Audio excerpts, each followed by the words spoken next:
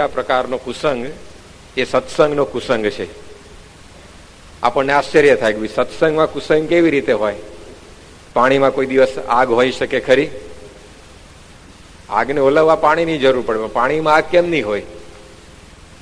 પ્રકાશમાં કોઈ દિવસ અંધકાર હોઈ શકે ખરો? હમણાં આપણે વિડીયો જોતા હતા તો અંધારું કરેલું, પણ જેવી લાઈટ થઈ તો અંધકાર ગાયબ થઈ ગયો. તો પ્રકાશની સાથે અંધકાર રહી ના શકે, દિવસની સાથે રાત રહી ના શકે, પાણીમાં આગ રહી ના શકે. તો સત્સંગ અને કુસંગનું પણ એવું જ છે. સત્સંગ અને કુસંગ પરસ્પર તો એકબીજાના વિરોધી છે. તો પછી સત્સંગમાં કુસંગ અથવા તો સત્સંગનો કુસંગ એ હોય કેવી રીતે શકે?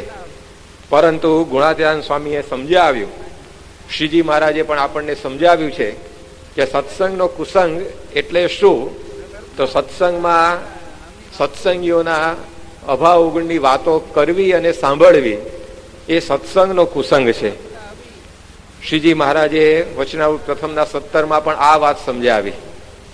ગુણાતીતાનંદ સ્વામી પણ એમની આ વાત એક વાતમાં એવું લખ્યું કે આ સત્સંગની અંદર સત્સંગનું ઘસાતું બોલવું એ જ કુસંગ છે. તો આજે આ અભાવ અવગુણ રૂપી કુસંગ એની વાત આપણે થોડીક સમજવાની છે. અભાવ અવગુણ એ શું છે? તો ઉધઈ છે.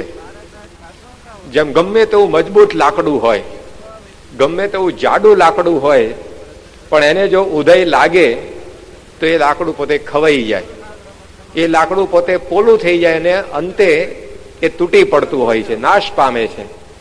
એમ અભાવ અવગુણ એ પણ આપણા સત્સંગ રૂપી વૃક્ષને લાગેલી ઉધઈ છે. આપણે ગમે તેટલો જૂનો સત્સંગ હોય, ગમે તેટલો આપણે દ્રઢપણે સત્સંગ કરતા હોઈએ, પરંતુ આ અભાવ ગુણની અંદર જો આપણી વૃત્તિ સહેજ જાય તો પણ એ સત્સંગ પોતે હેઠો પડે, એ સત્સંગ પોતે ઘસાઈ જતો હોય છે. યોગીજી મહારાજે યોગી ગીતાની અંદર આને ઝેર પીવાનો રસ્તો કયો છે. યોગીજી મહારાજે લખ્યું છે કે અભાવ ગુણ જોવાનો, ઝેર પીવાનો રસ્તો ન લેવો. કોઈ માણસે 10 વર્ષ સુધી બરાબર દંડ બેઠક કસરત વગેરે કરીને શરીર મજબૂત કર્યું હોય, પરંતુ એની જીભ ઉપર કાતિલ ઝેરનું એક ટીપું મૂકવામાં આવે તે 10 વર્ષની મહેનત માથે પડે કે નહીં? એ શરીરને પાછું પાડતા કઈ 10 વર્ષ લાગે? એ તો તમે એક ટીપું ઝેર પીઓ એટલે 10 વર્ષની તમારી જે મહેનત હોય શરીરને મજબૂત બનાવવાની, બધા ઉપર પાણી ફરી વળે કે એના માટે 10 વર્ષ સુધી ઝેર ખાવાની જરૂર ના પડે. એમ આપણે સત્સંગ ગમે તેટલો કરતા હોઈએ, પરંતુ આ અભાવ ગુણની વૃત્તિ એ ઝેર પીવા જેવી છે. એ યોગીજી મહારાજ આપણને સમજાવ્યું. તો એનાથી આ સત્સંગની અંદર આપણને શ્રીજી મહારાજથી માંડીને પ્રમુખ સ્વામી મહારાજ સુધીના સત્પુરુષોએ અને ભગવાને બચીને રહેવાની વાત કરી છે. મહારાજે અંત્યના 12મા વચનામૃતની અંદર આ જે અભાવ ગુણની વૃત્તિ છે ને એને હડકાયા કૂતરાની લાળ જેવી ગણાવી છે. અને જેને અભાવ ગુણ લેવાનો સ્વભાવ હોય ને એને હડકાયા કૂતરાની ઉપમા આપી છે. હડકાયા કૂતરાથી કેટલા ચેતતા રહીએ આપણે. 25 ફૂટ દૂર ભાગીઓ, ગામમાં જો ખબર પડે કૂતરાને હડકવા હાલ્યો છે, બધા ઘરમાં ભરાઈ જાય કે કૂતરાને કાઢો, અહીંયા ગામમાંથી દૂર કરો. તો શ્રીજી મહારાજે એવી વાત કરી કે જેને આવો અભાવ ગુણ લેવાનો સ્વભાવ આ સત્સંગમાં હોય એને હડકાયા કૂતરા જેવો સમજવો. શ્રીજી મહારાજે આ શબ્દો આપણને કયા છે. કોક આપણને ગધેડા જેવો કહી જાય તો કેવી ચોટલી ઉભી થઈ જાય માણસની, લાફો મારા તૈયાર થઈ જાય કે ના, તું મને ગધેડો કેનાર તું કોણ? તરત આપણને એમ લાગી આવે કે આ મને ગધેડા જેવો કહી ગયો. 6 મહિના સુધી આપણને ભૂલાય નહીં. જયારે જયારે સામે મળે ત્યારે તરત દેખાય કે આને મને એક વાર કહેલું, હવે એને લાગ આવવા દે, એની વાત છે. આપણને વિચાર મટે નહીં કોઈ દિવસ. તો શ્રીજી મહારાજ આપણને ઉપમા આપે ઝડકાયા કૂતરા. જો અભાવ ગુણ લેતા હોઈએ તો, ના લેતા કોઈ પ્રશ્ન નહીં, પણ શ્રીજી મહારાજ કે જો અભાવ ગુણ લેતા હોય સત્સંગની અંદર, મહારાજે કહ્યું કે હડકાયા શ્વાન જેવો જાણવા. ભગવાને બિરુદ આપ્યું છે આપણને, તો આપણને એની પરથી ખ્યાલ આવે કે આ બાબતથી બચીને રહેવાની કેટલી જરૂર છે. તો શ્રીજી મહારાજે 50થી પણ વધારે વચનામૃતની અંદર આ અભાવ ગુણની વૃત્તિનો ત્યાગ કરવાની વાત કરી છે.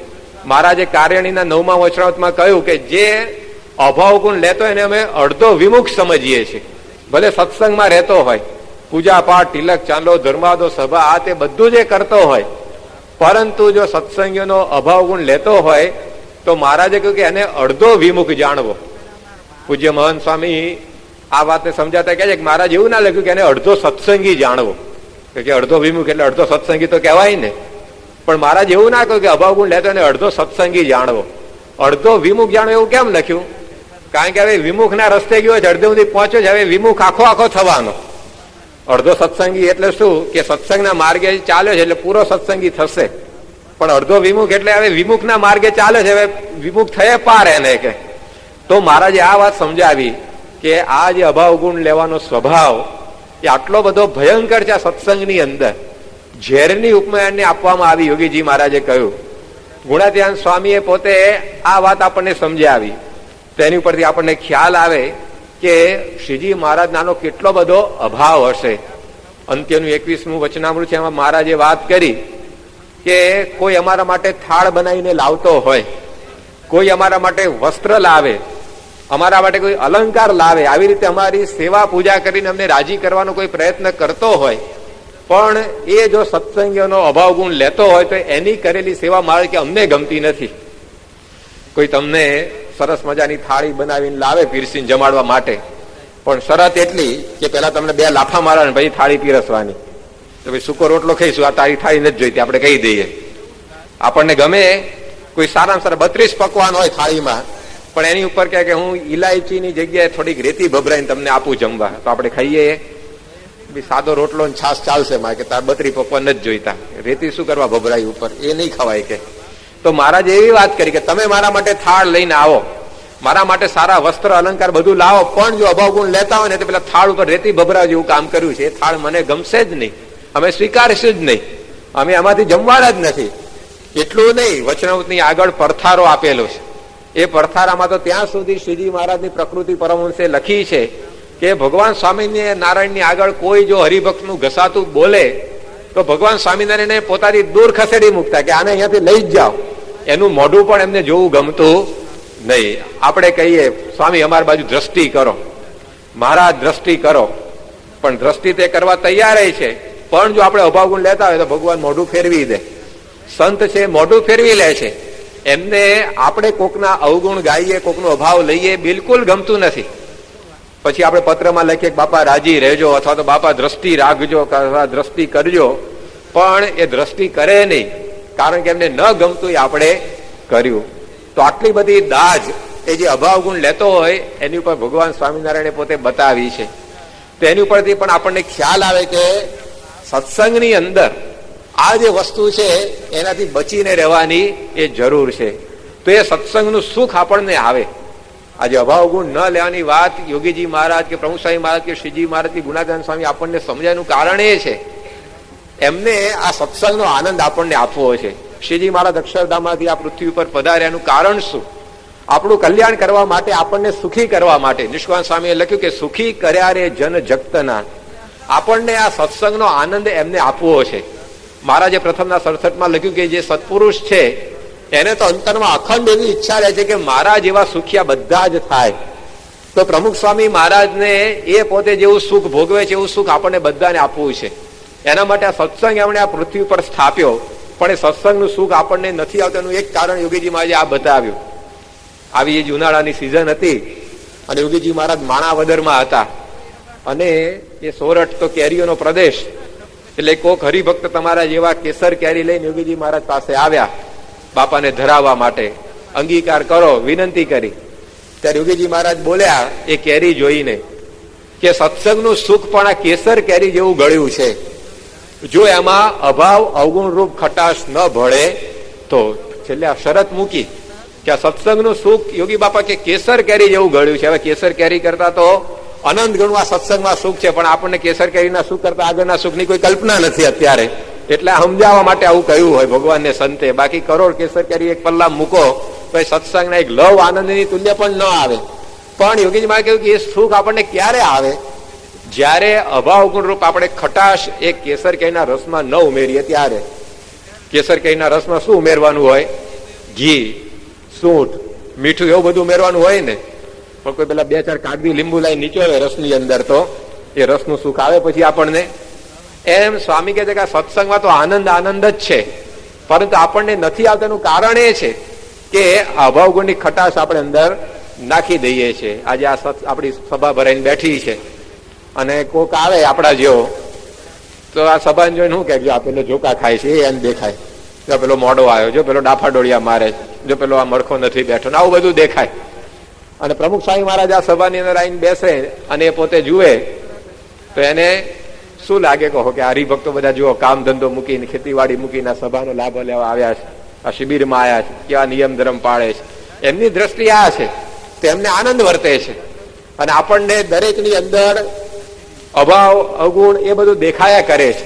એટલે સત્સંગનો જોઈએ એવો આનંદ આપણને આવતો નથી. હમણાં ડોક્ટર સ્વામી વાત કરીને કે જો બધાના ગુણ જોવા માંડીએ તો આ સત્સંગની અંદર મજા ને મજા છે. અને જો અભાવ ગુણ આપણને દેખાય તો પછી એ સત્સંગનું સુખ આપણને આવતું નથી. સંતો ઘણી વાર વાત સમજાવે છે કે જે શ્રીજી મહારાજની માળા આપણે કરીએ છીએ, શ્રીજી મહારાજની માળા પ્રમુખ શાહી કરે છે. આપણે માળા ફેરવતા છે કે મિલડી માતા હનુમાન ચાલીસા જાપ કરીએ છીએ, આપણે પણ મહારાજનું જ નામ લઈએ છીએ ને. ઠાકોરજી ઉપર બિરાજમાન છે તો પ્રમુખ સ્વામી મહારાજ ત્યાં દંડવત કરે છે, આપણે એ જ મહારાજને દંડવત કરીએ છીએ. પ્રમુખ સ્વામી મહારાજ રોજ સવારે પૂજા પછી શિક્ષાપત્રી વાંચે છે તો આપણે પણ શિક્ષાપત્રીનું વાંચન તો કરીએ જ છીએ. તો ક્રિયા તો બધી સત્સંગની જેવી સ્વામી કરે છે એવી જ આપણે કરીએ છીએ, કઈ ફેર નથી. છતાં પણ એની એ જ ક્રિયાઓમાંથી અમને આનંદ આવે છે. અને આપણને જોઈએ એવો આનંદ નથી આવતો. એનું કારણ આ છે, યોગીજી મહારાજે સમજાવ્યું કે અભાવ ગુણ લેવાની વૃત્તિ એ જો ચાલી જાય તો આ સત્સંગનું સુખ આપણને આવે છે. જેમ મેલેરિયાનો કોઈ દર્દી હોય, હવે તમે એની આગળ ગમે તેટલું મિષ્ટાન લાવીને મૂકો તો પણ એને એનો આનંદ ના આવે. માંદાને તો મગ ઉદકે આરામ, તો મગનું પાણી લાવે એમ જ કે આપણે કહીએ આટલું બધું સારું છે તું જમને, કે આ ગુલાબ જાંબુ છે, પૂરણપોળી છે, આ રસ છે, કે બધું સારું હશે પણ મારે કામનું નથી, કે મને નહીં મજા આવે, કે લઈ જ જાઓ અહીંયાથી, મને તો મગ જ લાવો, કે મગનું પાણી લાવો એમ જ માગે. તો વસ્તુ સારી છે પણ સુખ કેમ નથી ભોગવી શકતો? રોગ લાગુ પડ્યો છે. જો રોગ લાગુ ના પડ્યો હોય તો 2-4 વાડકા ચડાઈ જાય રસના, તો એમાંથી જ એને મજા આવે. એમ આપણને પણ અભાવ ગુણનો રોગ લાગુ પડ્યો હોય તો આ સત્સંગ તો સારો જ છે, સુખદાયી છે, પણ એનો આનંદ આપણને આવે ને. એને રોગ જો અંતરમાંથી નીકળી ગયો તો પછી એ જ સત્સંગ આપણને એ સુખદાયી બને છે. તો મહારાજ આપણને એ સમજાવે છે કે અભાવ ગુણનો આ સત્સંગને આપણે ત્યાગ કરવાનો છે. એ વૃત્તિ આપણા અંતરમાંથી કાઢવાની પડેલી છે, બધાની અંદર આ વૃત્તિ પડેલી છે. પ્રમુખ સ્વામી મહારાજ કહે છે આને કાક વૃત્તિ કહે છે. કાગડો હોય તો આખું ઢોરનું શરીર છે સારું હોય પણ ક્યાં જઈને બેસે? ચાંદા ઉપર જઈને બેસે. ગાય આખી કેવી સુંદર હોય પણ ગાયને ચાંદું પડે ને ત્યાં જઈને બેસે હોય.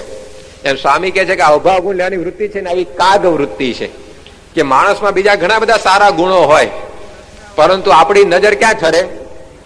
પેલા અવગુણ ઉપર જ ઠરે કે આ કેમ આવું કરે છે, આ કેમ આમ છે, આ કેમ તેમ છે. તો સ્વામી કે એવી કાગડા જેવી વૃત્તિ હોય તો પછી આ સત્સંગનું સુખ એ ક્યારે આપણને આવે નહીં. પણ આપણે પહેલેથી આ સ્વભાવ જન્મોજન્મથી પડેલો દરેકમાં. એકવાર એક વર્ગની અંદર શિક્ષકે પ્રયોગ કર્યો, પાણીનો ગ્લાસ ભરીને મૂક્યો ટેબલ ઉપર. કાચનો ગ્લાસ હતો, અડધો ભરેલો હતો. અને પછી બધા વિદ્યાર્થીઓને કહ્યું કે હવે આ ગ્લાસનું તમે વર્ણન કરો. તો બધા વિદ્યાર્થી એવું જ બોલ્યા કે આ ગ્લાસ છે ને અડધો ખાલી છે. શું બધાએ વર્ણન કર્યું કે આ ગ્લાસ છે અડધો ખાલી છે. શિક્ષક કહે છે કે અડધો ભરેલો છે એવું કોઈને ના દેખાયું. કે વર્ણન તો એ રીતે પણ થઈ શકે ને કે આ ગ્લાસ અડધો ભરેલો છે, અડધો ગ્લાસ ભરેલો ને અડધો ખાલી હોય તો વર્ણન બે રીતે થઈ શકે કે અડધો ભરેલો છે અથવા તો અડધો ખાલી છે. પણ બધા વર્ણન શું કર્યું કે ગ્લાસ છે ને અડધો ખાલી છે, ગ્લાસ છે અડધો ખાલી છે. કારણ શું? વૃત્તિ આપણી આવી જ છે કે આ માણસ માત્ર પોતે આ પ્રકારે અવગુણ જોવા ટેવાય. એટલે તમે જોજો એડવર્ટાઇઝ કરતા હોય ને બધી કંપનીઓ વાળા તો હાથે કરીને ખોટા સ્પેલિંગ લખે પેલા પાટિયા ઉપર, એટલે તરત બધા નજર જાય કે જો આ ગપ્પુ માર્યું, કે આ ખોટું લખ્યું. મૂળે ખોટું લખાડીને તમારી એડવર્ટાઇઝ જ બતાવી હોય એને તો. પણ આપણી વૃત્તિ જાણી ગયા છે માણસો, કંપની વાળા, એટલે હાથે કરીને સ્પેલિંગ ખોટો લખે. કલર નું સ્પેલિંગ લખે COLOR. હવે COLOUR સ્પેલિંગ થાય પણ COLOR લખ્યું એટલે બધા નજર જાય કે આ જો સ્પેલિંગ ખોટો છે. શું લખ્યું લાવો જરા જોઈએ એમ કહીને પછી એડવર્ટાઇઝ આખી વાંચે. તો માણસની આ વૃત્તિ છે. જો હરખું લખે તો બધા કે હવે ઠીક હશે કઈક કે એમ કઈ વાંચે નહીં, પણ ઊંધું લખે તો બધા ઉભા રહે. તો આ વૃત્તિ માણસની અંદર પહેલેથી પડી છે. અભાવ અવગુણ જોવો એ માણસ માત્રને પોતાને એ ગમતું હોય છે. આ સફેદ પડદો છે, હવે એની ઉપર વચ્ચે એક કાળું ધાબુ કર્યું હોય અને પછી આપણે બધા પૂછે કે ભાઈ આ પડદાનું વર્ણન કરો. બધા એવું કે આ પૂછીએ કે આમાં તમને શું દેખાય? કાળું ટપકું દેખાય છે. કાળા ટપકાનો ભાગ તો આટલો જ, બાકી પડદો તો કેટલો આખો મોટો ધોળો હોય પણ ટપકું પેલું દેખાય કાળું. આખો પડદો ધોળો છે બધા ભૂલી જાય એ વખતે. તો એવી રીતે માણસ માત્રની વૃત્તિ આવી છે કે એને અભાવ અવગુણ લેવાનું એ પહેલેથી જ હંમેશા ગમતું હોય છે. તો ભલે આપણામાં જન્મોજન્મ ત્યાં સ્વભાવ છે, પણ હવે શ્રીજી મહારાજ આપણને સમજાવે છે કે આપણને આ જો સત્સંગ મળ્યો છે તો હવે આ સ્વભાવને આપણે મૂકવાનો. જો એ સત્સંગનું આપણે સુખ લેવું હોય તો, એ સત્સંગનો જો આપણે આનંદ લેવો હોય તો, એ સત્સંગની અંદરથી આ પ્રકારે આપણે કંઈક પ્રાપ્તિ કરવી હોય તો પછી આ સ્વભાવને મૂકવો પડે, એનો ત્યાગ કરવો પડે, તો પછી એ વસ્તુ આપણે મેળવી શકીએ. તો કેવી રીતે એને મુકાય, કેવી રીતે એને છોડી દેવો એ પણ જાણવું પડે ને. એમને એમ તો કઈ આ સ્વભાવ જવાના નથી, કારણ કે આ બધા સ્વભાવો મહેમાનો એવા છે ને આપણે બહુ એને આગતા સ્વાગતા કરીને વર્ષોથી નહીં જન્મોથી સાચવ્યા છે. આ લોકમાં તમે જુઓ ને 10 વર્ષથી એક ભાડવત ઘૂસી ગયો તો જલ્દી ઘર ખાલી નથી કરતો. કેટલું બધું કરવું પડે ત્યારે 10 વર્ષ જૂનો ભાડવત ઘર ખાલી કરે. તો આ બધા જે સ્વભાવો છે એને તો આપણે જન્મો જન્મથી એવા સાચવીને રાખ્યા છે. ચા પાણી કરાયા છે, નાસ્તો કરાયો છે, જે જોઈએ આપ્યું છે અત્યાર સુધી. એટલે એમને એમ જલ્દી ઘર ખાલી કરે એવા નથી. તો એને કેવી રીતે દૂર કરવા એ જાણીએ તો પછી એમાં આપણને માર્ગદર્શન બધું પ્રાપ્ત એ થઈ રહેતું હોય છે. તો પહેલા તો અભાવ ગુણ આપણને આવે છે કેમ? તો મહારાજે કહ્યું કે આપણું પોતાનું માન, એને લઈને આપણને બીજાનો અવગુણ આવતો હોય છે. અભાવ ગુણ આવવાનું કારણ શું છે? આપણું પોતાનું માન. એકવાર એક સાધુ મહાત્મા હતા, એ પોતે એક મંદિરમાં કાયમ દર્શન કરવા માટે રોજ સવારે જાય. મંદિરના પગથિયાની બહાર એક વ્યક્તિ એને નાની દુકાન રાખીને બેઠેલો. પેલા મહાત્મા જોયા કરે કે આ મંદિરના પગથિયાની દુકાન છે, પણ કોઈ દાડા મંદિરમાં દર્શન કરવા આવતો નથી. એટલે એ સાધુએ એને વાત કરી કે ભાઈ તારી દુકાન અહીંયા મંદિરના પગથિયા આગળ જ છે, તો તું આવી રીતે મંદિરે એકાદ વાર ભગવાનના દર્શન કરવા તો દિવસમાં જવાનું રાખ. બધા લોકો 10-10, 15-15 કિલોમીટર દૂરથી અહીંયા દર્શન કરવા આવે છે, તો તારે તો ખાલી પગથિયા જ ચડવાના છે. એવી રીતે વાત કરી 2-4 વાર. ત્યારે પેલાને થયું કે હવે આ મહાત્મા કહે છે અને વાત પણ સાચી છે કે આપણે આ દરવાજા આગળ બેઠા છીએ દુકાન લઈને, તો મંદિરે દર્શન કરવા શું વાંધો.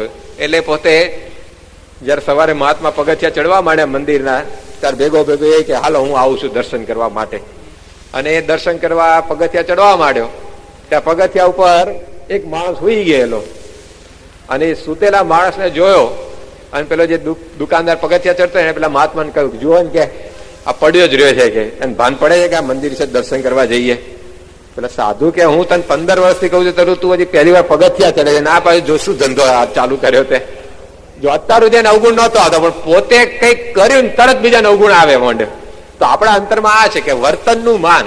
જો આપણે તિલક ચાલો નહીં કરતા હોઈએ ને, તો જે તિલક ચાલો નહીં કરતા કોઈ દર તમને અવગુણ નહીં આવે. પણ જે દર તમે તિલક ચાલો નિયમ લીધો, તિલક ચાલો શરૂ કર્યો, તરત જે નહીં કરતો લ્યો 5 વર્ષથી સત્સંગ પણ હું સમજ્યો કે જરા એને તિલક ચાલો કરવો જોઈએ ને. કે એટલે પછી તારે 5 વર્ષ થયા તો એને જરા 2-4 વર્ષનો ટાઈમ તો આપો. પણ જો અવગુણ ક્યારે આવે છે? જયારે આપણે વર્તીએ છીએ એનું કઈક માન આવે ને ત્યારે. એનો અર્થ એવો નથી બીજા તિલક ચાલો કરીને વાત ન કરવી. તિલક ચાલો કરીને વાત કરવી જયારે એને સંસ્કાર ઉદય થશે. પણ એવી રીતે આપણે પૂજા દાખલા કે ન કરતા હોઈએ તો કોઈ પૂજા નહીં કરે એનો અવગુણ જ નહીં આવે. જોજો તમને. પણ જે દર તમે પૂજા લીધી, કદાચ આ શિબિરમાં બધી વાત થાય, ડોક્ટર સ્વામી કરે ને આપણને આમ ચોટ લાગી જાય, કોઈ ના કરતું શિબિરમાંથી પૂજા લઈને ઘેર જાય, અને ગામમાં જઈને જો કોઈને જુએ સત્સંગ કરતો હોય પણ જો પૂજા ના કરતો તરત થાય આ 2 વર્ષથી સત્સંગમાં પડ્યો છે પણ કઈ સમજો છે કે પૂજા હજી ચાલુ નથી કરી, કે શું સત્સંગ કર્યો તમે, તરત આપણને થઈ જતું હોય છે. તો આપણું જે માન છે એને લઈને આપણને એ બીજાનો અવગુણ આવે છે.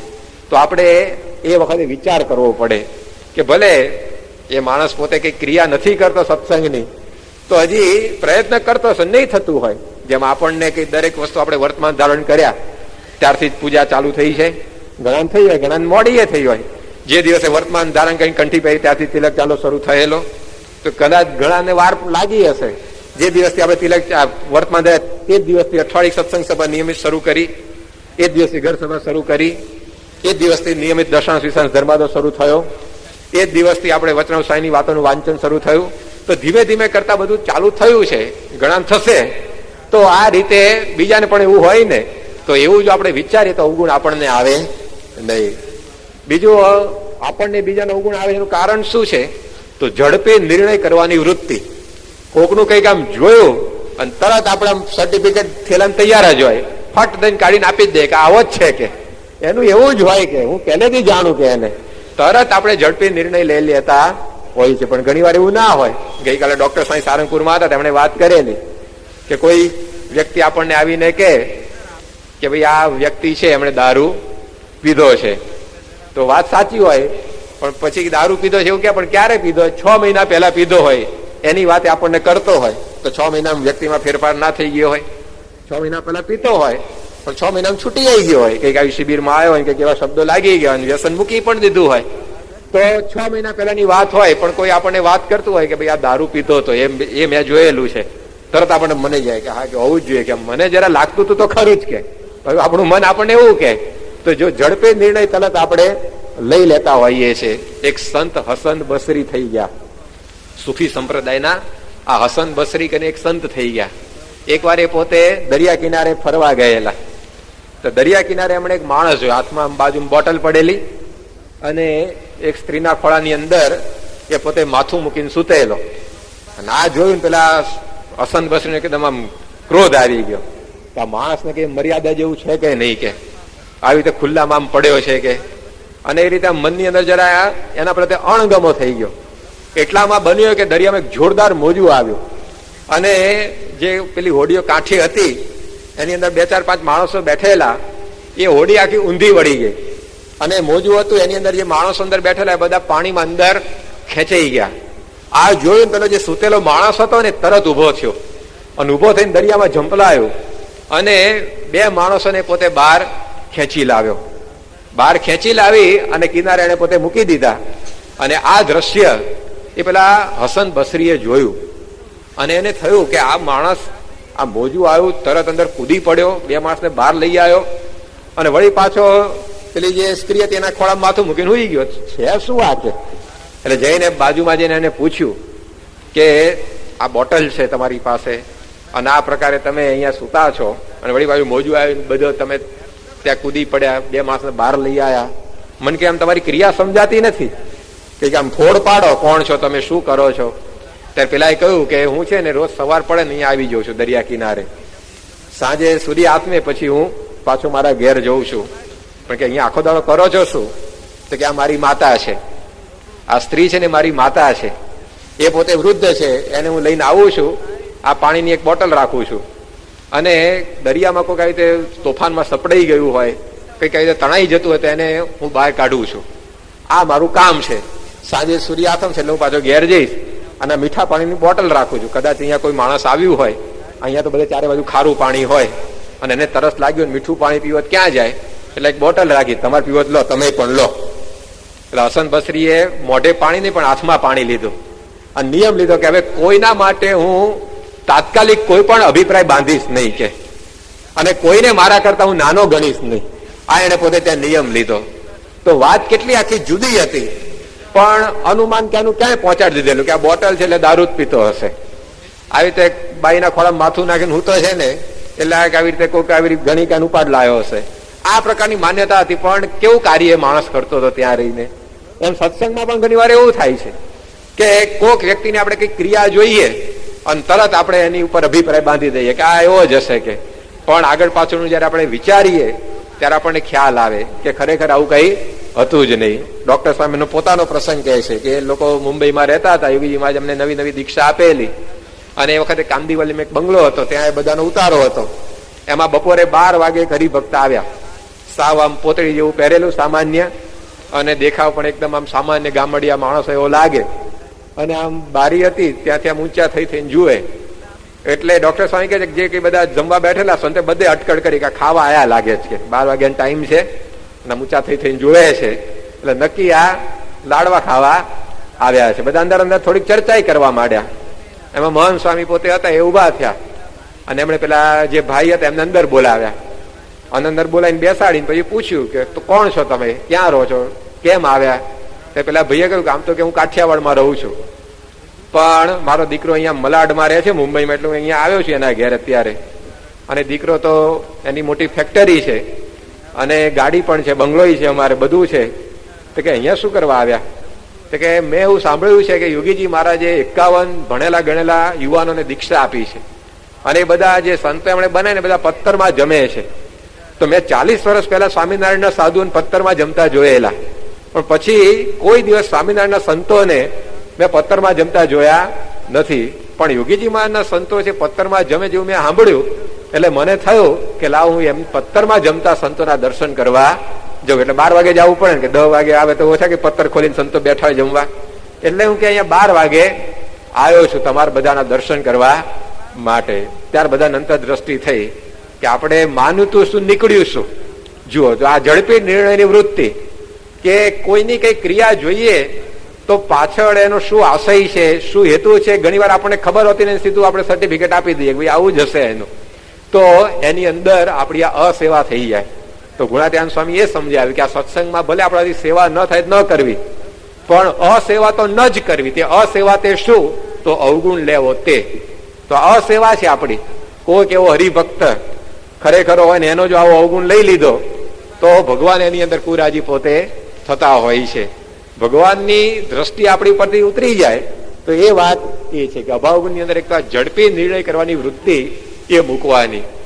પણ કદાચ આપણો નિર્ણય સાચો છે, આપણે ઝડપી નિર્ણય ના કર્યો અને બરાબર આમ પાકું વિચારી કરીને બધું જ આપણે ગોઠવીને બરાબર જોયું તે વ્યક્તિમાં એ ભૂલ છે જ, એ વ્યક્તિમાં એ અવગુણ છે જ, એ આપણે બરાબર નક્કી થઈ ગયું, તો પછી શું કરવું? તો પછી અવગુણ લેવો પડે ને. કારણ કે પેલા હવે આપણે ખોટા નથી, આપણે બરાબર છે, એ વ્યક્તિ છે જેવો એ આપણને 100% ખાતરી થઈ ગઈ, આપણને અનુભવે થઈ ગયો, બીજા પણ કહે છે બધું જ બરાબર છે, તો પછી શું કરવું? પછી તો અવગુણ લેવો જ પડે ને. પણ શ્રીજી મહારાજે ના પાડી, તો પણ અવગુણ ન લેવો.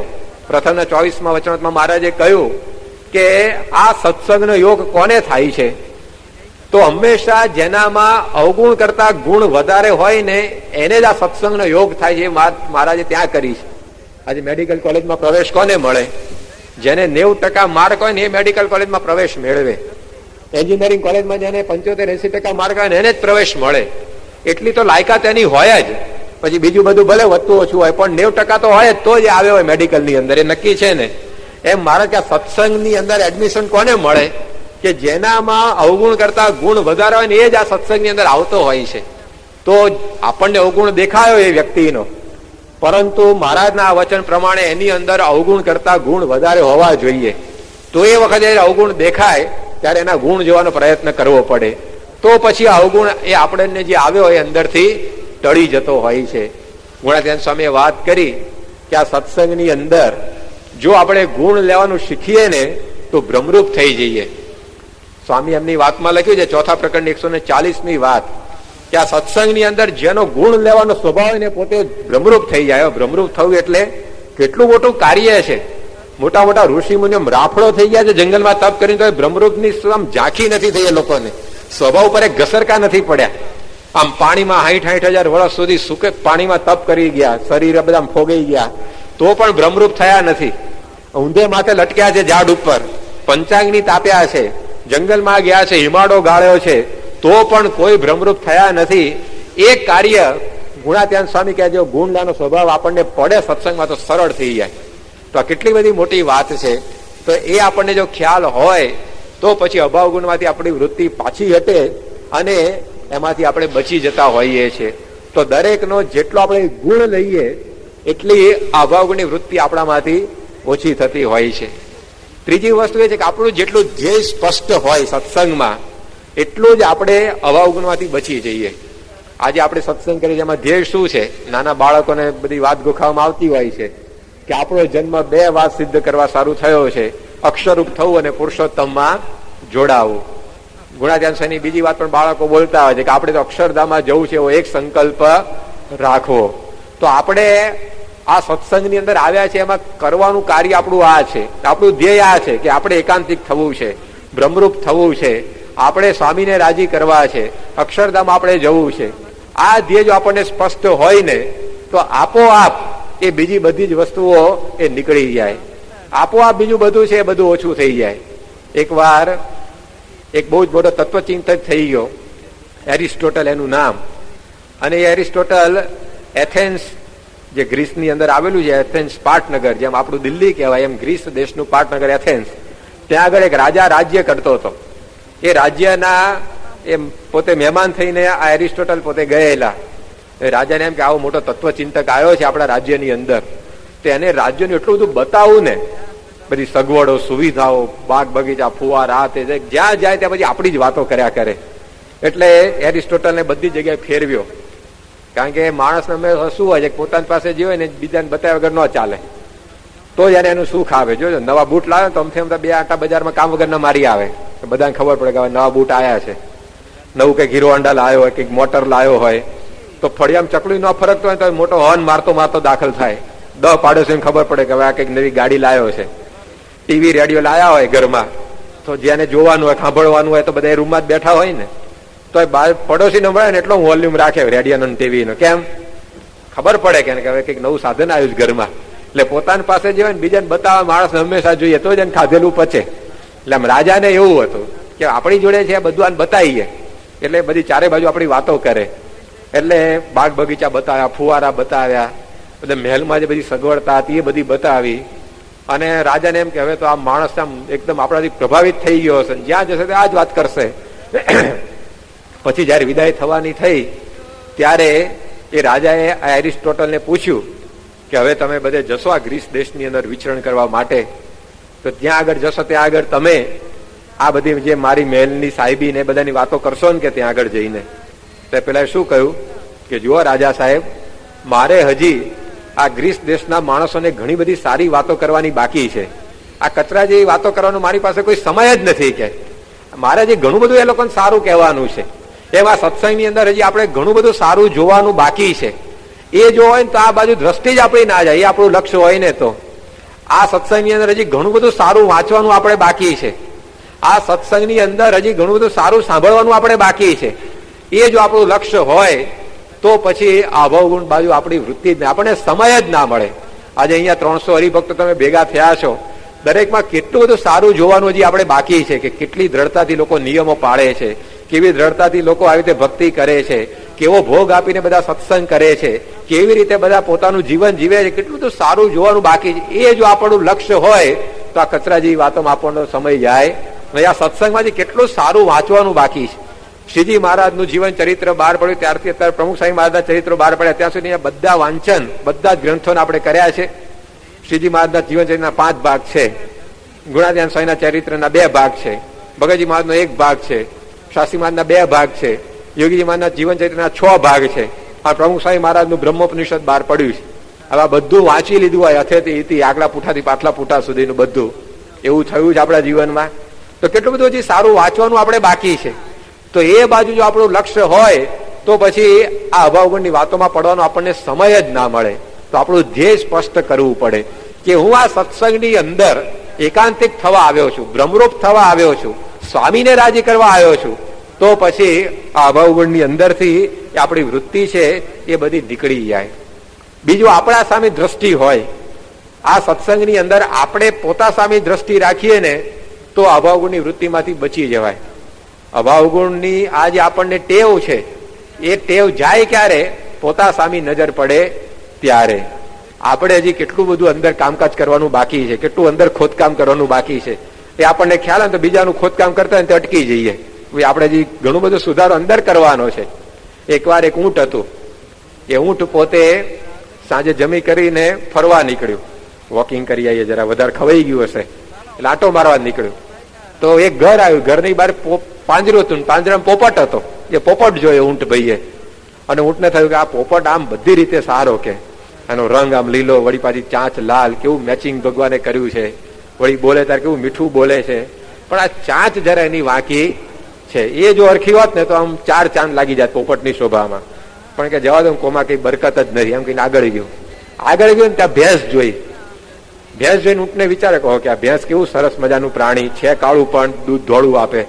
માણસ ઊંધું હોય ધોળા પણ કામ કાળા હોય એના, પણ કે આ ભેંસ કાળી પણ દૂધ ધોળું આપે, વળી પાછી આમ એકદમ નિર્દોષ પ્રાણી, કોઈ ઉપદ્રવ નહીં, બધી રીતે બરાબર. આ જરા સિંગડા એના વાંકા છે, એ જો સિંગડા હરખા સીધા હોત ને તો આ જરા ઉઠાવ જુદો જ આવત. પણ જવાબ ને કે કોઈમાં કઈ બરકત નથી એમ કહીને આગળ ગયું.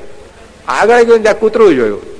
કૂતરું જોઈને ઊંટને વિચારે કે આ કૂતરું આમ બધી રીતે બરાબર, આમ વફાદાર પ્રાણી કહેવાય, મરી જાય પણ આમ માલિકના ઘરની રક્ષા કરે અને બધી રીતે બરાબર વ્યવસ્થિત છે. પણ એની આ પૂંછડી વાંકી છે. એ પૂંછડી જો આમ જરા સીધી હોત, હરખી હોત ને, તો આ કૂતરાનો કંઈક દેખાવ જુદો લાગત. પણ કે જવા દો, કોઈનમાં કઈ બરકત નથી. અને એમ કરતા કરતા આગળ ગયું તો જંગલની અંદર પ્રવેશી ગયું અને દૂર એક વાઘ જોયો. અને વાઘ જોઈને થયું, ઓહો, કે ભગવાન જો ને ઈસ્ટમેન કલર નો કેવો બનાવ્યો છે આને, આમ પેલા કાળા પીળા પટ્ટા, અને કેવો મસ્ત લાગે છે. પણ કે આ એના નખ વાંકા છે, કે એ જો નખ સીધા હોત એના વાઘના તો કોઈ ખામી રહેત નહીં. પણ કે જવા દો, કોઈમાં કઈ બરકત નથી. ના ઉદાસ થઈ ગયો. બધામાં ખામી જ દેખાય એને, અને જેને બધામાં ખામી દેખાય ને એને ઉદાસીનતા આવ્યા વગર રહે નહીં. બધાનું જે ખરાબ જોયા કરે ને એ ઉદાસ જ રહે, સમજી રહેવાનું. તો ઊંટે ઉદાસ થઈ ગયું હતું. અને એમ એક શિયાળ મળ્યું, અને શિયાળને જોઈને ઊંટે કહ્યું, શિયાળે પૂછ્યું, કેમ આમ ઊંટ ભાઈ ઉદાસ લાગો છો તમે? કે આમ તમારા કોઈ સંબંધી મરી ગયા છે, અથવા કઈ તમને માર બાર પડ્યો છે, કે ખોટા ખેતરમાં ઘૂસી ગયા ધોકા માર્યા હોય ખેડૂત બેડૂતે? કે ના ના, કે એવું તો કઈ નથી, પણ કે આમ ઉદાસ લાગો છો તમે? તો કે જવા દો, કે કઈ વાત કરવા જેવી નથી. પણ કે વાત તો કરો, શું છે? તો ઊંટે વાત કરી કે મેં પોપટ જોયો, બધું બરાબર, એની ચાંચ વાંકી, પેલા કૂતરાની પૂંછડી વાંકી, પેલા ભેંસના શિંગડા વાંકા, પેલા વાઘના નખ વાંકા, કોઈમાં કઈ બરકત છે નહીં. ત્યારે શિયાળ પોતે એ ઊંટને કહે છે, સાંભળી શિયાળ બોલ્યો, દાખે દલપતરામ, અન્યનું તો એક વાંકું, આપના તો 18 છે. કે તમારું કોઈ દર જોયું છે હરીસામ મોઢું? કે બીજાને તો ચાંચ વાગી, કોકને પૂંછડું વાંકું છે, કોકને શિંગડા વાંકા, પણ તમારે તો 18 અંગે વાંકા મુવા છો. કે તો ઊંટે જોયું હરીસામ, તો એને થયું, હા, કે વાત સાચી છે, કે સુધારો તો આપણે ઘણો કરવાનો છે, કે બીજામાં તો 1% છે, પણ આપણે તો બધું ઘણું બધું કરવાનું બાકી છે. તરત પેલું જોવાનું બંધ જ થઈ ગયું એનું. તો જો આ દલપતરામની કવિતા ઘણા બધા આપણે ભણ્યા હશો અથવા તો સાંભળી હશે. તો આપણે જયારે આપણા બાજુ દ્રષ્ટિ કરીએ ને ત્યારે આપણને લાગે કે ઘણો બધો સુધારો જે અંદર કરવાનો બાકી જ. આપણી ફાઇલ ખોલીએ ને તો ઘણું બધું કામ નીકળે એવું છે, પણ આપણે એ ફાઇલ નકબંધ રાખીએ ડ્રોવરમાં, પેલા ટેબલના, અને બીજાની ફાઇલો જ હાથમાં લઈએ કે લાવો આમની ફાઇલ લાવો, જરા શું છે જોઈએ, પેલા આમની ફાઇલ લાવો, આમની ફાઇલ લાવો. તો સત્સંગની અંદર તો આપણે આપણા બાજુ દ્રષ્ટિ રાખીએ તો અભાવની વૃત્તિમાંથી બચી જવાય. બુરા દેખન મેં ચલા, બુરા મિલા ન કોઈ, અંતર ખોજા અપના, તો મુજસે બુરા ન કોઈ. આપણે આપણા બાજુ દ્રષ્ટિ આ સત્સંગમાં રાખવી. તેરે પરાઈ ક્યાં પડી, તું અપની નિવેડ, તેરી નૌકા ભવ સાગર મેં ડૂબે નહીં તું દેખ. આપણે આપણું નાવડું અક્ષરધામના કિનારા સુધી પહોંચે ને એનું ધ્યાન રાખવાનું છે. પણ આપણી કોઈ જયારે પરોપકાર વૃત્તિ એટલી બધી હોય છે ને કે આ બિચારાનું શું થશે, કે એટલે આપણે પ્રમુખ સ્વામી એનો કેસ હાથમાં લઈને પેલા આપણે હાથમાં લઈએ કે આપણે એને ભ્રમરૂપ કરી દઈએ.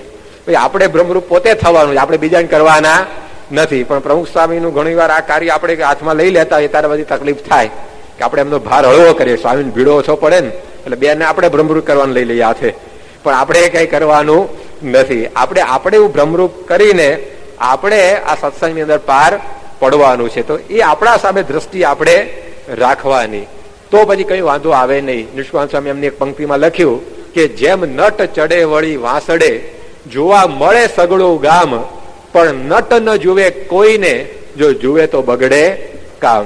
પહેલાના જમાના પેલા નટ માણસો આવતા તો બે જગ્યાએ થાંભલો રોપે, પછી આડું દોરડું બાંધે, પછી એ નટ પોતે દોરડા ઉપર આમથી આમ જાય ને આમથી આમ ચાલે તો આખું ગામ જોવા ભેગું થાય ને. કારણ કે આ દોરડા ઉપર ચાલવું એટલે કઈ ખેલ વાત છે? ઘણા પલંગમાં ઉતાર તો એઠા પડતા જ રાતે, આ તો દોરડા ઉપર ચાલવાનું, તો એ તો કેટલું અઘરું પડે. ઘણા આમ રસ્તે હાલતા ગબડી પડતા જ વગર લેવા દેવા વગરના. પણ આ દોરડા ઉપર ચાલતા એટલે આખું ગામ ભેગું થાય, તાળીઓ પાડે બધા, આમ દેકારો કરે. પણ નટ છે એ ક્યાં જુએ? દોરડા બાજુ જ જોતો હોય, એમ ડાફા ડોળિયા ન મારે. કોણ કેવું તાલી પાડે, કોણ બેહી રહ્યું, તાલીઓ કોણ નથી પાડતી, જોયે હોય જોવે તો ગબડી પડે હેઠો, પછી બધા ખીખિયાટા કરે, પછી એ પોસાય. પછી તે નટ પોતે દોરડા સામે જ નજર રાખે. એમ આપણે દોરડા સામે જ નજર રાખવાની. શ્રીજી મહારાજ, પ્રમુખ સ્વામી મહારાજ અને આપણે, આ 3 જ છે સત્સંગની અંદર. એમના જીવનની સામે જોઈને આપણે આપણા જીવનમાં ફેરફાર કરતા જવાનું છે, અને એમ કરતા કરતા એમના જેવા આપણે થવાનું છે. તો પછી ક્યાં પ્રશ્ન રહે? પછી કયા બીજાના અવગુણ દેખાય? અને એક વાર અંદર નજર પહોંચીને પછી બહાર જ નહીં નીકળે, કારણ કે અંદર એટલું બધું કામ બાકી છે હજી આપણે. તો પછી આપણામાં જ સુધારો કરતા કરતા કરતા આપણે બીજાનું જોવાનું એ ભૂલી જઈએ. તો આ પ્રકારે આપણા બાજુ આપણે દ્રષ્ટિ રાખવાની, તો પછી કોઈ વાંધો આપણને આવે નહીં. તો પછી આ બધો કચરો છે આપણને કોઈ દેખાય નહીં. એકવાર એક દંપતી હતા, પતિ પત્ની, એ દિલ્હીથી પોંડિચેરી ગયા. ત્યાં દક્ષિણ ભારતમાં પોંડિચેરી સ્થાન છે. અને ત્યાં મહર્ષિ અરવિંદ કરીને બહુ મોટા એક મહાત્મા આપણા દેશમાં થઈ ગયા, એમનો આશ્રમ છે. તો ત્યાં આગળ એ પોતે ગયા. હવે ત્યાં આગળ ગયા તો બગીચાની અંદર થોડો ઘણો કચરો પડેલો. પછી રસોડામાં ગયા હશે તો રસોડામાં કઈ થોડી ઘણી ગંદકી જોઈ હશે. તો બે ચાર ઠેકાણા આવી ગંદકી જોઈ.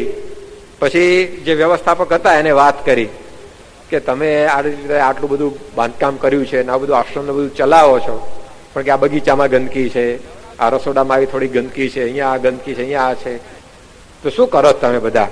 આવી વાત કરી. ત્યારે પેલા વ્યવસ્થાપકે બહુ સુંદર જવાબ આપ્યો. એને કહ્યું તમે ક્યાંથી આવ્યા અહીંયા? કે અમે છેક દિલ્હીથી આવ્યા છીએ. કે દિલ્હીથી અહીંયા શેમાં? કે પ્લેનમાં આવ્યા છે ખાસ સમાગમ કરવા. તો કે કેટલો ખર્ચો થયો? તે 5,000 રૂપિયા આવવાની ટિકિટ, 5,000 જવાનું થશે. કે 10,000 રૂપિયાનો ખર્ચો. કે 10,000 રૂપિયા ખર્ચીને તમે આ કચરો જોવા જ આવ્યા ને? કે બીજું ઘણું સારું અહીંયા જોવાનું છે, પણ તમે એ કઈ જોયું ને? આ જ 4 વસ્તુ જોઈ કે બગીચામાં કચરો છે, રસોડામાં ગંદકી છે, અહીંયા ગંદકી છે, કે દિલ્હી મૂસી ગંદકી છે, પોંડિચેરી કરતા વધારે છે ત્યાં તો, કારણ કે 562 રાજકારણીઓ ભેગા થાય છે લોકસભાના, એટલે ત્યાં થોડીક વધારે હશે પાછી. એટલે એ લોકોએ વાત કરી કે તમારા ત્યાં ગંદકી નહોતી તે અહીંયા જોવા આવ્યા, તો અહીંયા જે તમે 10,000 રૂપિયા ખર્ચીને આવ્યા કંઈક સારું જોઈને જાઓ. એણે કહ્યું કે અમે તમે જે કર્યું છે સાફ કરી નાખીશું, પણ તમે ખાલી આટલું જ જોયું, બીજું ઘણું અહીંયા સારું જોવાનું છે. એમ આપણે અહીંયાથી સારંગપુર જઈએ ફૂલદોલનો લાભ લેવા માટે, અથવા તો અહીંયાથી આમ સ્વામી બાપાની જ્યાં જન્મ જયંતિ ઉત્સવ હોય ત્યાં આગળ લાભ લેવા જઈએ આપણા ગામમાંથી બસ ભરીને, પણ પાછા આવીએ ત્યારે હું લઈને આવીએ? 2 ના અવગુણ ખિસ્સામાં ગજવામાં ભરીને આવ્યા હોઈએ, તો ખર્ચો કરીને એટલા માટે ગયા હતા. અહીંયા આવ્યા શિબિરની અંદર આપણે 1.5 દિવસ 2 દિવસનો ટાઈમ કાઢીને. કેટલો તમે બધા ઓછા કે નવરા છો, કોકને ખેતી હશે, કોકને કંઈક વેપાર હશે, કોકને નોકરી હશે, બધું હોય. કેટલાક કિશોરો છે ને કંઈક ભણવાનું હશે, તો ઘણી બધી પ્રવૃત્તિ મૂકીને આપણે આવ્યા અહીંયા 2 દિવસમાં. હવે એની અંદર આપણે અવગુણ જોઈએ તો પછી એ જે ખર્ચો કર્યો, જે સમય આપણે કાઢ્યોનો અર્થ શું રહ્યો? એવું તો આપણા ગામમાં બેઠા બેઠા ચોરે બેન ઘણું જોવા ગંદકી ને બીજાના અવગુણ ને બધું, તો પણ આપણું જો લક્ષ્ય ના હોય તો આ અવગુણની અંદર આપણે પડી જઈએ છીએ. તે વસ્તુ આપણા જીવનની અંદર જોઈએ તો પછી આ અભાવગુણની જે વૃત્તિ છે એમાંથી આપણી જે વૃત્તિ એ પાછી વળી જાય. પછી કોઈ દિવસ આપણને એ બાજુ આપણી દ્રષ્ટિ ના જાય, હું શું કરવા આ સત્સંગની અંદર આવ્યો છું, હું સારું જોવા માટે આવ્યો છું, સારું આપણે ગ્રહણ કરવાનું છે, એ વિચાર રહે તો આમાંથી વૃત્તિ નીકળે. સડેલી વસ્તુ માનવી ફેંકી દે સહેલથી જગે, સડેલા વિચારો કિંતુ માનવી સહેલથી ગ્રહે. એક કવિએ બહુ સુંદર વાત કરી છે કે સડેલી વસ્તુ માનવી ફેંકી દે સહેલથી જગે. આપણને સડેલી વસ્તુ કોઈ ના ગમે. જોજો પેલું ટૂથબ્રશ હોય આમ જૂનું થઈ ગયું, માણસ કે હવે નવું આવે તો સારું, જોડા જૂના થઈ જાય તો નવા આવે તો સારું, કઈક શર્ટ કે પેન્ટ જૂનું થઈ ગયું હોય કે નવું આવે તો સારું. આપણને જૂનું ગમતું નથી, સડેલું ગમતું નથી. કેરી જમવા બેઠા હોય ને 2 કેરી હોય ને હડેલી હોય ને એક સારી હોય, કઈ પસંદ કરીએ આપણે? સારી જ લઈએ ને. સડેલી કે ગાય ગૌશાળામાં આપી દો કે ગાયને સારું રહેશે, કે આપણે કાઢી નાખીએ. બપોર પ્રસાદ હોય ઠાકોરજીનો, એમાં સેજ કઈક આમ નીચે પડી ગયું હોય થોડું 2-4 કેરીના, અને એક વાડકીમાં પડ્યા હોય, કયા લઈએ આપણે? પેલા વાડકી વાળા લઈએ ને, કે આ કોઈ ગરીબ વખત આવશે ધન કામમાં આવશે એમ કઈ પેલા બાજુ મૂકી દઈએ પાછા. એટલે આપણે સારું તરત આપણે લઈએ છીએ, આપણી વૃત્તિ છે. પણ જોજો આ વિચારના બાબતમાં એવું નથી. સારું લેવાની વૃત્તિ હોય તો પછી ગુણ જોવા જોઈએ કે અવગુણ જોવા જોઈએ? તો ગુણ દેખાવજો, પણ આમાં પાછી ગડબડ થઈ જાય છે આપણને. એટલે કે સડેલી વસ્તુઓ માનવી ફેંકી દે સેલથી જગે, સડેલા કિંતુ વિચારો માનવી સેલથી. આ સડેલા વિચાર છે અભાવ ગુણના, પણ એ આપણને આમ લેવાની મજા પડે. યોગી બાપા કહેતા કે 32 પ્રકારના ભોજન કરતા પણ અભાવ ગુણ લેવામાં વધારે સ્વાદ આવે. જો નિર્જળા ઉપવાસ કર્યો પણ અભાવ ગુણની વાત નીકળી તો ઉપવાસ ક્યાં જતા ખબર ન પડે. અને કોઈ કે ઉપવાસ છે, આવો કથા કરીએ, સ્વામી રહેવા દો ને કે આજે ઉપવાસ છે, કથા હું કરેલી છે ને લે, એમાં કંટાળો આવે. અને અભાવગુણની વાત ક્યાં ઉપવાસ પસાર થઈ જાય ખબર ન પડે. તો આ 32 પ્રકારના પકવાન કરતા એમાં વધારે સ્વાદ આવે એવો છે. તો પછી એ સડેલા વિચારો છે આ બધા, એ આપણે એ નકામા ગ્રહણ કરી લેતા હોઈએ છીએ. જે માણસ પોતે સડેલી વસ્તુઓ ભેગી કરે એનું ઘર કેવું બને? સડેલું જ બને ને. ઘરમાં ગંદકી જ ભેગી થાય. આજે તમે રસ્તેથી પસાર થતા નીકળ્યા હોય અને પેલી કાગળના ડૂચા જોઈને તમે ગજવામાં ભરો, પછી પેલી કોથળીઓ બધી ફાટેલી તૂટેલી પડી હોય એ ગજવામાં ભરો, પછી કઈક આવી રીતે સડેલા સફરજન બફરજન કઈક પડ્યા હોય એ ગજવામાં ભરો, તો ઘેર આવતા કેવા ગંધાતા આવો તમે? ગંધાઈ જાય. માણસ અંદર બધું સડેલું જ ભરીને આવ્યા. પણ આમ બગીચામાંથી એક ગુલાબનું ફૂલ લઈને ખિસ્સામાં લઈને આવો, બીજા બગીચામાંથી એક મોગરાનું ફૂલ લઈને ખિસ્સા મૂકીને આવો, કોકના ત્રીજાના બગીચામાંથી કઈક કેતકી કે પારિજાતનું કઈક ફૂલ લઈને આવો, તો તમે ઘરમાં આવો તો બધાને થાય કે વાહ કઈ સુગંધ લઈને આયા ભાઈ, કે રાજી થાય ને બધા. તો સત્સંગની અંદરથી આપણે જો અવગુણ લઈશું ને તો આપણું જીવન સાવ ગંધાતું જ બની જવાનું. અને જો બધામાંથી ગુણ લઈશું તો આપણું જીવન એ સુગંધી બનો. પસંદગી આપણે કરવાની. આપણું જીવન થૂકદાની જેવું બનાવો, ફૂલદાની જેવું બનાવો, બે બનાવી શકશો તમે. તમારા જીવનને સત્સંગમાં તમે જો થૂકદાની જેવું બનાવવા માંગશો તો થૂકદાની પણ બનશે, અને તમારા જીવનને તમે જો ફૂલદાની જેવું બનાવવા માંગશો તો ફૂલદાની પણ બનશે. પસંદગી તમારે કરવાની છે. પસંદગી મને લાગે છે કે બધાને ફૂલદાની ની જ હશે, તો એ પ્રવૃત્તિ પાછી એવી કરવી પડે. પછી ફૂલદાની હોય એમાં તમે બાવળિયા લાઈન વગર પછી કાંટા જ વાગે, પછી ભલે ફૂલદાની રહી પણ નાખ્યું શું અંદર પાછું, તો પછી એ પાછું ફૂલ ખોસવા પડે તો પછી ફૂલદાની જેવું બને. ઈચ્છા તો હોય પણ પ્રયત્ન કરવો પડે ને પાછો. તો એ આપણે સત્સંગની અંદર એ કરવાનું છે કે આ અભાવ ગુણ માંથી આપણે હવે એ બહાર નીકળી જવું, તો પછી આ સત્સંગનું સુખ એ આપણને બધું આવવાનું. અને કદાચ કોકમાં કઈક અવગુણ હશે, આપણે ના નથી પાડતા, આપણે બધા અવગુણ વાળા જ છીએ, તો જ અહીંયા સત્સંગ કરીએ છીએ. ભ્રમરૂપ થયા તો અક્ષરધામમાં ના બેઠા હોત, અહીંયા હું આટા મારો આવ્યા હોત નકામાં. તો આપણે બધા દર્દી જ છીએ, અને આ સત્સંગ આપણી હોસ્પિટલ છે એવું જો જાણીએ ને તોય ઘણી વાર અવગુણ ના આવે. બોલો, હોસ્પિટલમાં જે દર્દીઓ રહેતા હોય, ખાટલામાં પડ્યા હોય, એ બધાને એકબીજાને અવગુણ આવે? કારણ ખબર છે કે આપણે બધા અરખા જ છીએ. કોકને કેન્સર થયું છે, કોકને ડાયાબિટીસ છે, કોકને બ્લડ પ્રેશર છે, કોકને ટાઇફોઇડ છે, કોકને મેલેરિયા છે, કોકને ફ્લુ થયો છે, કોકને સાર્સ થયો છે. તો આપણને બધાને દર્દીને કોઈ દાડે એકબીજાને અવગુણ ના આવે, જોજો. પણ હા જો નરવો ગયો ને એને થાય કે આ બધા હું પડ્યા છે, કે હરખું ખાતા જરા બીમાર ન પડત, કે એને થાય. એમાં સત્સંગની અંદર આપણે બધા દર્દી જ છીએ. કોકને કામ છે, કોકને ક્રોધ છે, કોકને લોભ છે, કોકને ઈર્ષા છે, કોકને સ્નેહ છે. એવું જ આપણે સમજીએ તો પછી બીજાના અવગુણ જોવાનો ક્યાં પ્રશ્ન જ રહે. ડોક્ટરે આપણે તો અભાવગુણની વૃત્તિમાંથી આપણે ઉગરી જઈએ કે ભાઈ દરેકની અંદર કંઈક ને કંઈક સ્વભાવ તો પડેલા જ છે, એ આપણે કઈ જોવા નથી. આપણે આપણું જોઈએ. કદાચ આપણે કોકના જોયા તો ટાળી શકવાના છીએ.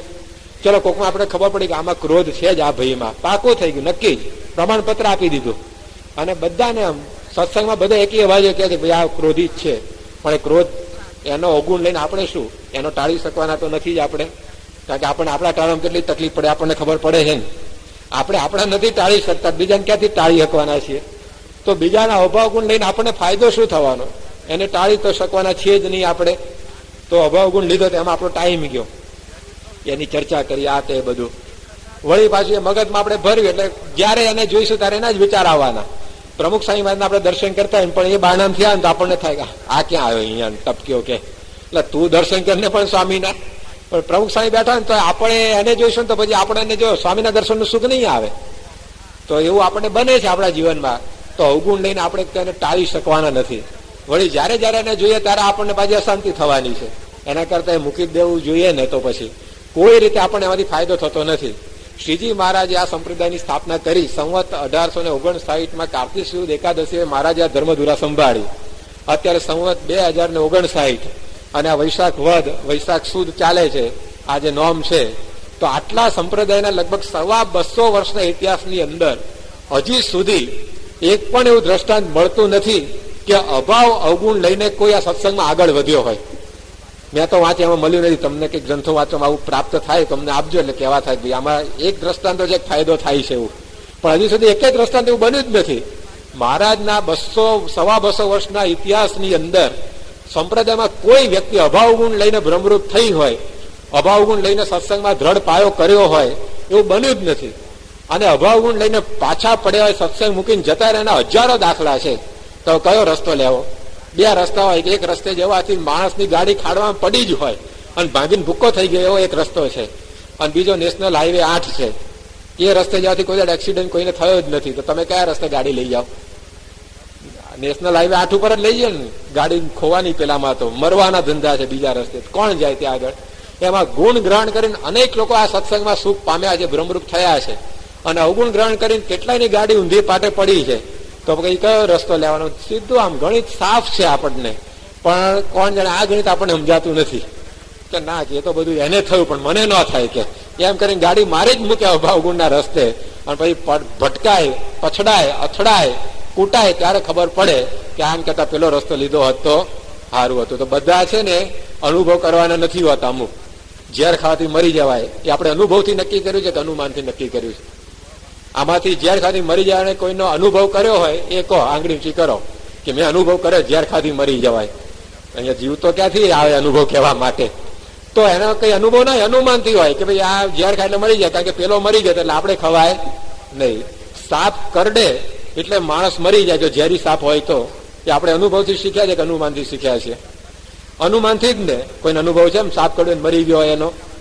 તો અમુક વસ્તુ આપણે અનુમાનથી ગ્રહણ કરીએ છીએ. વીજળીનો ખુલ્લો વાયર હોય એને પકડવાથી શોર્ટ લાગે, માણસ પોતે આ રીતે રાખ થઈ જાય, એ આપણે અનુભવથી નક્કી કર્યું છે કે અનુમાનથી નક્કી કર્યું છે? કોઈ અનુભવ કરો ને પ્લગમાં આંગળી નાખીને કે લાવો શોર્ટ કેવો લાગે જોઈએ, કે આનો અનુભવ ન હોય, અમુક અનુમાનથી સમજવાનું હોય. એમાં અભાવ ગુણ લેવાથી કેટલા પાછા પડ્યા છે અને ગુણ લેવાથી કેટલા આગળ વધ્યા છે એ અનુમાન કરી નક્કી કરવાનું કે હવે આ રસ્તે જ જવું છે. ના કે હું અભાવ ગુણ જરા લઉં, અનુભવ કરું કે સત્સંગમાં કેવી અશાંતિ થાય છે, મને કેટલું અંતરમાં અસુખ આવે છે, સ્વામી કેટલા કુરાજી થાય છે, પછી હું એ છોડીશ. એ અનુભવ ન કરવાના હોય. એ પેલા પ્લગમાં આંગળી નાખવા જેવા અનુભવ છે, એ પેલા સાપ કરડાવવા જેવા અનુભવ છે. તો આ સત્સંગની અંદર આપણે આ વસ્તુ કરવાની છે કે દરેકના આ ગુણ ગ્રહણ કરવાના, આ અભાવ ગુણને એ ત્યાગ કરવાનો. કારણ કે સ્વામીને ગમતું નથી, મહારાજને ગમતું નથી, જેને આપણે રાજી કરવા છે એને ગમતું નથી. જેના ઘેર તમારે જવાનું હોય, આખા ગામની અંદર એક જ વ્યક્તિ એવી હોય કે જે તમારી આગતા સ્વાગતા કરે એવું હોય, જે તમને જમાડે એવું હોય, તમારે રાત રોકાવું હોય તો રાત રોકાવાની સગવડ કરી આપે એવું હોય, એ ઘરની સાથે તમે બગાડો, એ ઘરવાળાને ન ગમતું તમે કરો, તો પછી શું દશા થાય તમારી? રખડી પડો ને. તો પછી કઈ ઉતારો મળે ગામમાં? બીજું કોઈ પૈસા દેવું છે જ નહીં. તો પછી એને જે ગમે એ તમારે કરવું પડે ને. એમ આખા આ બ્રહ્માંડની અંદર આ ભવસાગરમાંથી ડૂબાડે એવા એક મહારાજ અને સ્વામી છે. આપણને સાચા અર્થમાં સુખી કરે, આપણા બધા પ્રશ્નો ટાળે એવા ભગવાનને સંત છે. તો પછી એ જેમ રાજી થાય એમ કરવું પડે ને. તો પછી એનું સુખ આપણને મળે. તેમણે ત્યાં સ્પષ્ટ કહ્યું છે કે આ જે અભાવ ગુણ લેતા હોય સત્સંગની અંદર એમને ગમતા નથી, એની સામે જોવું ગમતું નથી, એની સેવા અમને ગમતી નથી. મહંત સ્વામી યુવકમાં હતા અને પોતે એકવાર ટ્રેનમાં યોગી મહારાજનો સમાગમ કરવા માટે નીકળેલા, અમદાવાદ પહોંચવાનું હતું. હવે એમાં એક ભાઈ બાજુમાં બેઠેલા હરિભગત, એને એક સંતના અવગુણની વાત એમને કરવા માંડી. હવે યોગીજી મહારાજની પાસેથી મહંત સ્વામીએ તો 1000 વાર સાંભળ્યું કે અવગુણની વાત કરવી નહીં, નાભળવી નહીં. એટલે એ તો સજાગ હતા, પણ હવે ટ્રેનમાં બીજું કરવું હું? મંદિર હોય તો મારે કંઈક કામ છે એમ કહીને જતું રહેવાય બીજે, પણ ટ્રેનમાં ક્યાં જવું? ઓછું કંઈક કૂદી પડાય છે ત્યાં આગળ ચાલુ ટ્રેને. પછી ગીરદી હતી એટલે બીજી જગ્યાએ પણ જવાય એવું હતું નહીં. અને એવું હોય છે તમારે કંઈક જોવું ના તો તમે આંખ બંધ કરો ને એટલે તમને ન દેખાય, પણ કાનમાં એવું નથી. કાન બંધ કરો તો સાંભળવાનું તો સંભળાય જ પાછું. મોટું સ્પીકર વાગતું હોય તમે આમ હાથ મૂકો તો સંભળાય તો ખરું જ ને. આંખ જેવું નથી કાનનું તંત્ર. એટલે મહંત સાંઈને તો નથી જ સાંભળવી વાત, પણ એમને સાંભળવી પડી. અને પછી અમદાવાદ મંદિરે ગયા અને યોગીજી મહારાજે પૂછ્યું કે ગુરુ ટ્રેનમાં શું કર્યું? આ સંતનું ખાતું બાજુ એવું, જયારે અવળું કર્યું હોય ત્યારે જ પૂછે તમને, લોચો માર્યો હોય ને ત્યારે જ પૂછે. બાકી આમ સત્સંગની ગોષ્ઠી કરતા આવ્યા હોય ને આપણને ઉત્સાહ હોય કે બાપાના પૂછે તો કહી દેવું છે સત્સંગ કરતા કરતા આવ્યા, પણ એ પૂછે જ નહીં તમને. પણ જ્યાં કંઈક લોચો માર્યો હોય ને ત્યાં જ તમને પકડે, કારણ કે સુધારવા છે ને. ડોક્ટર છે કે સારું અંગ ન જોઈએ, જ્યાં બગડેલું હોય એ જ જોઈએ, કારણ કે ત્યાં પછી ઓપરેશન કરવાનું હોય. એટલે યોગી બાપાએ પૂછ્યું કે ગુરુ ટ્રેનમાં શું કર્યું? કે મહંત સ્વામી કહ્યું ટ્રેનમાં આવી ગોષ્ઠી થઈ મારે તો સાંભળવું નતું, પણ આ વાત કરી છે પેલા હરિભગતે. યોગી બાપાએ કહ્યું 2 ઉપવાસ સળંગ નિર્જળા કરી નાખજો. કે વાત કેમ સાંભળી? અને પેલા હરિભગત હતા કરનાર, એને બોલાયા કે તમે કેમ વાત કરી? 1 ઉપવાસ તમે નિર્જળા કરી નાખજો. સાંભળનારને 2 ઠપકાર્યા. પેલો કરનારો તો બગડેલો છે જ, એટલે એમાં સુધારાની શક્યતા ઓછી છે, પણ આ તો હજી નવો તાજો છોડ છે એટલે એને વધારે જાળવવો પડે, એટલે 2 ઠપકાર્યા એને. તો જો આટલો બધો કુરાજીપો યોગીજી મહારાજનો થયો, અભાવની વાત સાંભળવામાં આટલા બધા કુરાજી થઈ જતા. ડોક્ટર સ્વામી એમનો પ્રસંગ કહે છે ઘણી વાર. અહીંયા કંડારી ગામ છે કાનમમાં, ત્યાં આગળ મથુરભાઈ ત્યાં ઉતારો હતો અને ડોક્ટર સ્વામી એ વખતે યુવકમાં હતા અને એક હરિભક્તનું આમ સાવ સત્સંગમાં ન ઘટે એવું વર્તન એમણે જોયું. એટલે ફરિયાદના રૂપમાં નહીં, પરંતુ યોગીજી મહારાજને ખાલી આમ જસ્ટ જણાવવું તો પડે ને, કારણ કે સંસ્થાના ધણી યોગી બાપા કહેવાય. અને કોઈ વ્યક્તિ કંઈક આડું અવળું કરતી હોય તો સત્સંગનું જેનાથી ખોટું દેખાતું હોય તો સહેજે જાણ તો કરવી જ જોઈએ. એ આશયથી ખાલી ડોક્ટર સ્વામી યોગી બાપાને કહ્યું કે મારે તમને એક વાત કરવી છે. યોગી બાપા કે હાલો કે એમ કહીને એક રૂમમાં ગયા અને યોગીજી મહારાજ પોતે બેઠા અને ડોક્ટર સ્વામીનો હાથ એમણે પકડેલો અને કહ્યું બોલો ગુરુ શું વાત કરવી છે? ડોક્ટર સ્વામી કહે કે મેં એમ વાત કરી કે સ્વામી ફલાણા હરિભગત છે ને, આટલું હજી મેં કહ્યું ત્યાં યોગી બાપા સમજી ગયા કે આ કંઈક ઘસાતી વાત આવે છે. તરત કે મારો હાથ મૂકી દીધો અને જાતે ઉભા થઈ ગયા. બાકી યોગી મહારાજના 2 જણ ઉભા કરીને ત્યારે ઉભા થઈ શકતા હતા. એવી અશક્તિ અને નાદુરસ્ત તબિયત હતી. પણ જાતે ઉભા થઈને રૂમની બહાર જ નીકળી ગયા. ત્યારથી કે મેં નક્કી કર્યું કે કોઈ દિવસ આ પ્રકારની ઘસાતી વાત એ સત્સંગમાં આપણે કરવી નહીં. તો જો મહારાજ અને સ્વામી આપણો હાથ છોડી દે, આજે કૃપા કરીને એમણે આપણો હાથ પકડ્યો છે, પરંતુ જો આપણે અભાવગુણની વાતમાં પડીએ તો એ પોતે આપણો હાથ મૂકી દે. એવી બાપા વાત કરતા કે ઘોડો જે વસ્તુ પકડીએ ને કોઈ દિવસ મૂકે નહીં, પણ એની આંખમાં તમે કંઈક વસ્તુ નાખો ને આંગળી વગેરે, તો ગમે તેટલી ઘોડાની પકડ મજબૂત હોય ને તો પણ એ ઘોડાના પકડમાંથી એ વસ્તુને પોતે મૂકી દે. એમ ભગવાન અને સંત કોઈ દિવસ આપણને મૂકે એવા નથી. ગમે તેવા આપણા સ્વભાવ હશે, ગમે તેવા આપણા અંતરની અંદર બધી વાસના હશે, દોષ હશે, કાંઈ જોયા વગર આપણને પકડી રાખે એવા છે. મહારાજે કહ્યું છે કે ભૂત વળગે તોય નથી છોડતું, તમે વળગેલા છે, અમે તમને કેમ છોડીશું? તો કોઈ રીતે આપણને છોડે એવા નથી. પણ જો અભાવ ગુણ લીધો હરિભક્તોનો તો એ પોતે મૂકી દેશે, એ પછી આપણને પકડશે નહીં. તો એ વાત યોગીજી મહારાજે સમજાવી એમના ચરિત્ર દ્વારા. તો એ પણ જોતા આપણને લાગે કે આ સ્વભાવનો આપણે ત્યાગ કરવા જેવો છે, તો પછી સત્સંગનું સુખ આપણને આવે. તો આ સત્સંગ એવો દિવ્ય છે, એવો સુખરૂપ છે, પરંતુ આ સ્વભાવ એક જો નીકળી જાય તો આ બધું જ આપણને પ્રાપ્ત થાય એવું છે. તો અભાવ ગુણ લેવાથી આપણે બચવાનું. આપણને ભલે ખોટ દેખાય, કારણ કે આપણી પાસે આંખ છે ને બુદ્ધિ છે, તો ખબર પડે. પણ ડોક્ટર સ્વામી ઘણી વાર આપણને સમજાય છે કે અભાવ ગુણ લીધો ક્યારે કહેવાય? તો જયારે એની આપણે ચર્ચા કરીએ ને ત્યારે, એનું આપણે ચિંતન કરીએ ને ત્યારે. આજે તમારામાં જે ખોટ હોય એ કોઈ તમારી સાથે રહેતો એમાં એને દેખાય, સ્વાભાવિક છે. પરંતુ એ દેખીને પછી આપણે એનો વિચાર નથી કરવાનો કે આવો જ છે, આમ જ છે, તેમ જ છે, તો એ અભાવ ગુણ કહેવાય. પછી આપણે એની ચર્ચા કરીએ કે ફલાણો છે ને આવો છે, તે અભાવ ગુણ કહેવાય. દેખાય અભાવ ગુણ નથી, કારણ કે તો દેખાવાનું છે. પરંતુ આપણે એનો વિચાર કર્યા કરીએ, એની ચર્ચા કરીએ, બીજાને કહીએ, લખીએ, તો એ બધો અભાવ ગુણ છે. તો એ જો ટળે તો આ ભગવાનનું સુખ આપણને મળે. એ પ્રકારે મહારાજે આપણને સિદ્ધાંત સમજાવ્યો છે. તો આપણા જીવનમાં પણ મહારાજને એવી પ્રાર્થના કરીએ કે અભાવગુણની વૃત્તિ એ જેટલા પ્રમાણમાં હોય એટલા પ્રમાણમાંથી નીકળી જાય, અને આપણા સૌના જીવનની અંદર પણ એવો ગુણગ્રાહક સ્વભાવ આવે, અને દરેકનો મહિમા આપણે સમજી શકીએ, દરેકને આવા ગુણ સમજી શકીએ, દરેકને આવા ગુણ ગ્રહણ કરી શકીએ, અને છતી દેહે બ્રહ્મરૂપ થઈને આપણે આ સત્સંગનું સુખ પ્રાપ્ત કરી શકીએ. એ પ્રકારે સત્સંગ કરવાનું આપણને બળ બુદ્ધિ શક્તિ પ્રાપ્ત થાય, એ જ પ્રાર્થના. સજાનંદ સ્વામી મહારાજની.